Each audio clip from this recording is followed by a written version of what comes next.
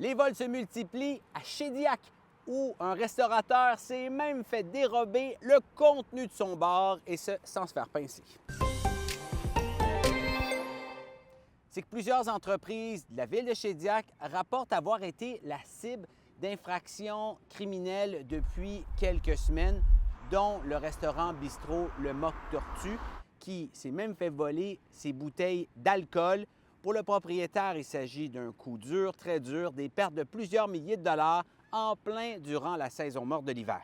On essaie d'offrir un espace sécuritaire de toutes les manières. Puis là, ça arrive pendant nos heures d'ouverture, quand notre staff est encore sur place. C'est un vol, pas seulement de nos choses, mais c'est une violation de nos valeurs. Sur la scène économique, il y a un incontournable, cette menace d'imposition de tarifs douaniers sur les exportations canadiennes fait très peur au Nouveau-Brunswick. Il y a plusieurs industries d'ici qui craignent les répercussions économiques négatives si cela se concrétise, notamment notre industrie de la pêche et du bois.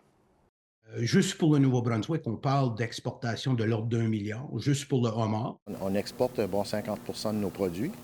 On a un bon support ici au Canada, mais je souhaite que ça va pas aller tellement loin que ça.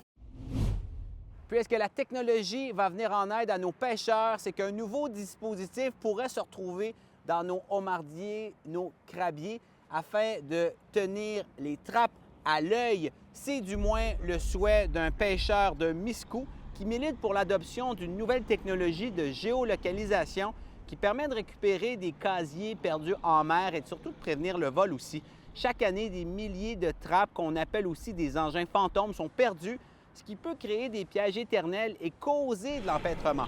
C'est un locateur acoustique qui peut être détecté jusqu'à 2,7 km.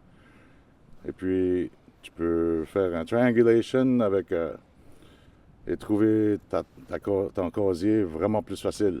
Il espère convaincre une cinquantaine de pêcheurs de la région de Miscou de participer à un projet pilote en utilisant cette technologie dès le printemps. Voilà, c'était votre vidéo journal. Et pour tout savoir sur l'actualité devant vous, consultez l'application Info de Radio-Canada. Ciao!